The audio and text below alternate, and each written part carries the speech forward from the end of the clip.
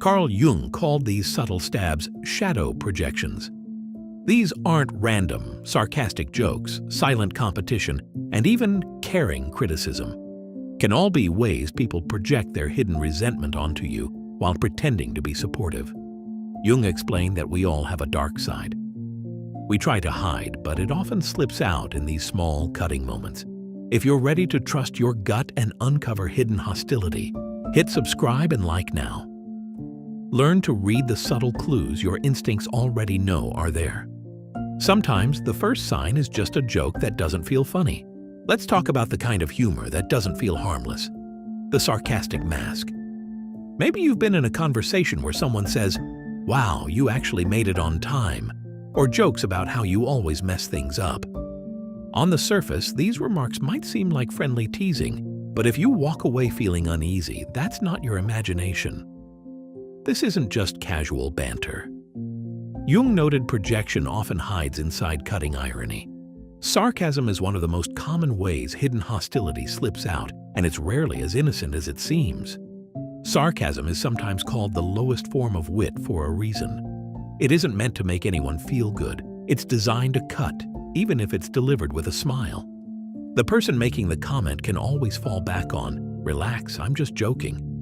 But a real joke shouldn't leave you doubting yourself. When someone repeatedly uses sarcasm to poke at your vulnerabilities, it's not just about humor. It's about expressing something darker, something they can't or won't say directly. And when the same topic keeps coming up, that's rarely a coincidence. Think about the people in your life. Is there someone who always makes the same kind of sarcastic remark?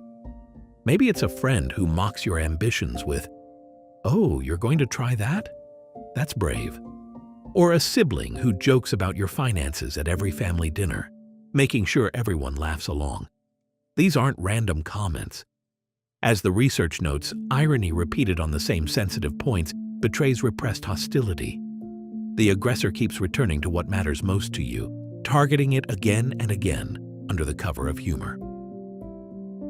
Jung's concept of the shadow explains why this happens. The shadow is the part of ourselves we try to hide, the traits and feelings we'd rather not admit we have. But those traits don't disappear. They get projected onto others. So when someone uses sarcasm to attack you, they might actually be targeting what they dislike or fear in themselves. The sarcasm becomes a weapon, a way to avoid facing uncomfortable truths about their own insecurities or failures. That's why these jokes can sting so much. They're not just about you, but about what you represent to them. There's a clear line between playful teasing and sarcasm that feels like a disguised insult.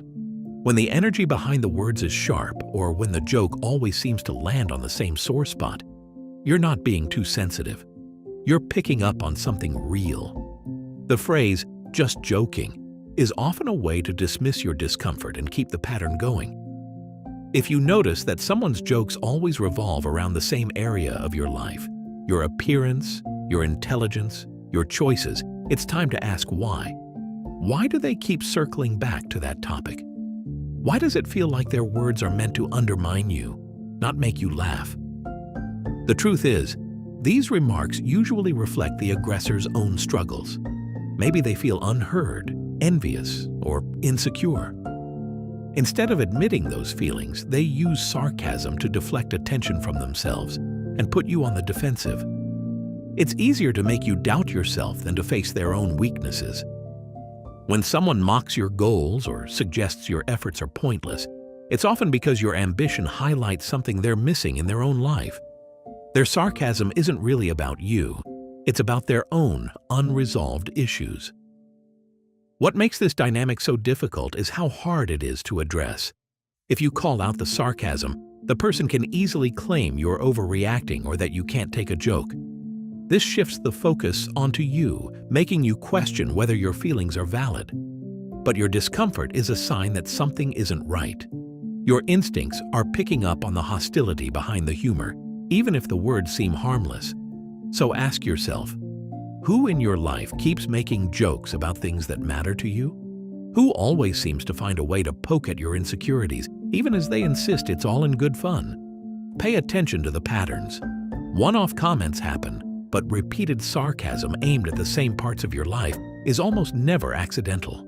It's a sign that the other person is wrestling with something inside themselves, using you as a projection screen. Here's what matters most. Their sarcasm doesn't define your value. It reveals their struggle, not yours. The sting of their words is about what they haven't faced in themselves. Recognizing this pattern is the first step to not letting their hidden hostility erode your confidence. And sarcasm is just the beginning. Next, we'll see how helpful actions can secretly work against you. Not every obstacle in your path comes from open criticism or obvious competition. Sometimes it comes disguised as support. The kind of help that leaves you feeling more stuck than before is often the hardest to spot. Subtle sabotage isn't about dramatic betrayals. It's about the small, repeated actions that always seem to hold you back when it matters most. Think about the last time someone close to you forgot to pass on a crucial detail right before an important deadline. Maybe they gave advice that seemed reasonable but led you straight into a setback, or they made a mistake that only ever happens when the stakes are high for you. One incident is easy to write off, but when these slip-ups keep happening, especially at critical moments, research suggests it's time to look closer. Patterns don't lie, and timing is rarely accidental. Jung linked this behavior to projection of one's fear of failure onto others. When someone feels threatened by your progress or success, their own insecurities can bubble up in ways they might not even recognize. Instead of dealing with their fear of falling short, they unconsciously look for ways to keep you from getting ahead. They might not set out to hurt you, but their actions speak for themselves. It's a defense mechanism, a way to preserve their own sense of control or superiority by quietly undermining yours. Ask yourself, has help from this person ever coincided with you feeling stuck? If you notice that setbacks, missed opportunities, or last-minute complications seem to follow the same person's involvement, you're probably not imagining things. The emotional confusion is real. On the surface, their actions look like simple mistakes or lapses in memory. But underneath, there's a pattern, a series of small disruptions that always seem to benefit them, or at least keep you from moving forward. Consider the friend who forgets to tell you about an opportunity until it's too late, or the coworker who, accidentally, leaves you off an important email chain only when you're about to make a breakthrough. Maybe it's a family member whose advice always seems to steer you away from your goals, leaving you doubting your choices. These aren't just isolated events. When they happen over and over, especially when you're on the verge of something important, it's a sign that something deeper is at play. The real damage of subtle sabotage isn't just in the setbacks. It's in the way it makes you question yourself. You start to wonder if you're being too sensitive, if you're misreading the situation, or if you're the problem for even noticing. But here's the truth. Emotional confusion is exactly what keeps these patterns going. The saboteur's plausible deniability. "I was only trying to help," or "it was just an accident," makes it hard to confront the issue directly. You end up second-guessing your instincts, which is exactly what someone wrestling with their own shadow wants. Jung's shadow theory explains why this behavior is so persistent. When people can't face their own insecurities or envy, they project those feelings outward. If your success highlights what they lack, undermining you becomes a way to protect their fragile self-esteem. This isn't about you falling short. It's about them feeling exposed. The more you accomplish, the more their shadow feels threatened, and the more likely they are to unconsciously pull you back down. If you see this pattern, don't ignore it. Pay attention to who is always present when things go wrong, who's always helping when you end up worse off, and whose support seems to come with unexpected setbacks. Trust your gut. The consistency of these behaviors, especially at crucial moments, is the clearest sign that you're not dealing with random chance. So far, we've covered words and actions. Now let's explore how competition can lurk behind silence. Why does your achievement leave someone else uneasy? Success should bring out support, especially from those who claim to care about you. But when your good news is met with a quick change of subject or a faint congratulations before the focus shifts back to them, something's off. Silent competition is one of the most subtle forms of hidden resentment, and it usually starts with behaviors so small you might ignore them at first. Think about the last time you shared a real win, getting a new job, hitting a big goal, or accomplishing something personal. How did the people closest to you react? Did they actually pause to celebrate, or did the conversation somehow circle back to their own stories? Silent competitors rarely show discomfort openly, but you can sense it in the way they handle your success. Maybe they mention their own promotion right after yours. Maybe they say, "Well, anyone could do that," or "I did it harder last year." As noted in the research, these dismissals are meant to downplay your achievements and keep the spotlight off you. This isn't always a conscious strategy. Jung observed that when your success highlights someone's unacknowledged inadequacies, their shadow lashes out silently. The parts of themselves they don't want to face, envy, fear of failure, frustration, get triggered by your achievement. Instead of celebrating you, they try to level the playing field, not by growing, but by quietly minimizing what you've done. You probably recognize the pattern. There's the coworker who instantly changes the topic when you mention your progress. The friend who listens to your story and then responds, "Oh, I did the same thing, but it was much tougher for me." Or the sibling who, instead of congratulating you, starts picking apart the details of your accomplishment. These are not random reactions. They are signals of a deeper issue. Your success makes them uncomfortable because it reminds them of where they feel they've fallen short. It's not just about words either. The way these conversations unfold tells you everything. You share your excitement, and instead of genuine interest, you get indifference or a pivot to their own experiences. They might even nitpick your achievement, offering backhanded compliments or unsolicited criticism. "That's good, but you should have done it sooner." Or, "It's not that big of a deal, right?" These comments aren't just opinions. They're attempts to shrink your moment so it doesn't outshine theirs. What makes this so difficult is that it often comes from those you expect to be your biggest supporters: family, close friends, people whose opinions matter to you. When their reactions to your achievements feel hollow or competitive, it leaves you questioning the relationship. Success should strengthen bonds. Instead, silent competition turns every accomplishment into a quiet contest.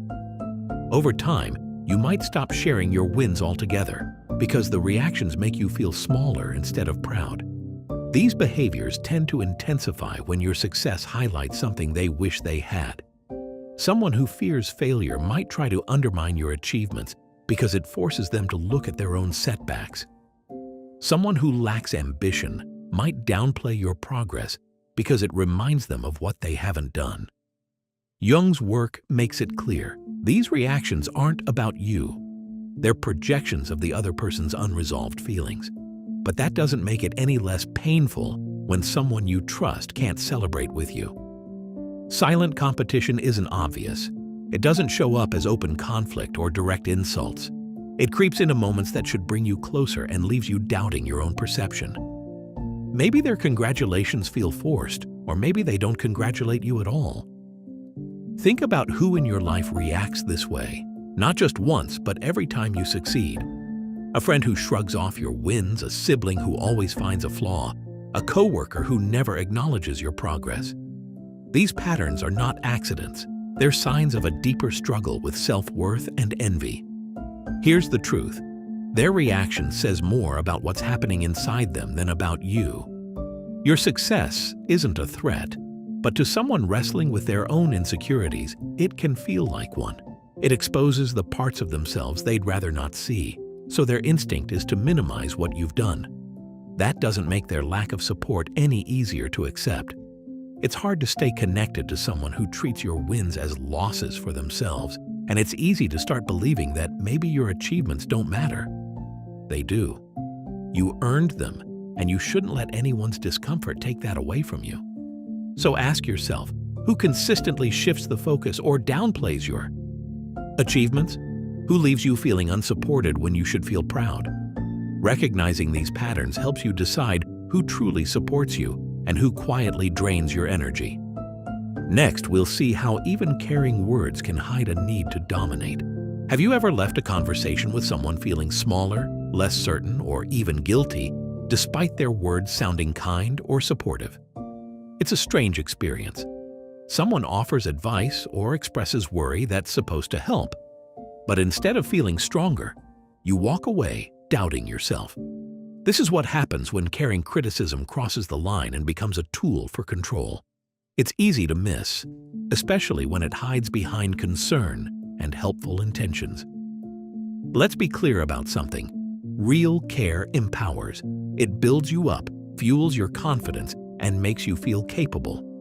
But when kindness is used as a way to manage your decisions, it does the opposite. The words sound gentle, a stream of advice, a pointed question, or a suggestion wrapped in concern. Are you sure that's a good idea? I just want to make sure you don't regret this later. Or, if I were you, I'd rethink that decision. You might not have thought this through. These phrases don't sound harsh, but they play a dangerous game. They undermine your confidence without ever openly criticizing you. It feels like protection, but what's really happening is the planting of doubt. Research shows that what feels like protective concern often masks a projection of their own fear of uncertainty. As Jung described under ego dissociation, the person giving advice may not realize it, but their need to control your choices comes from a deep discomfort with their own chaos.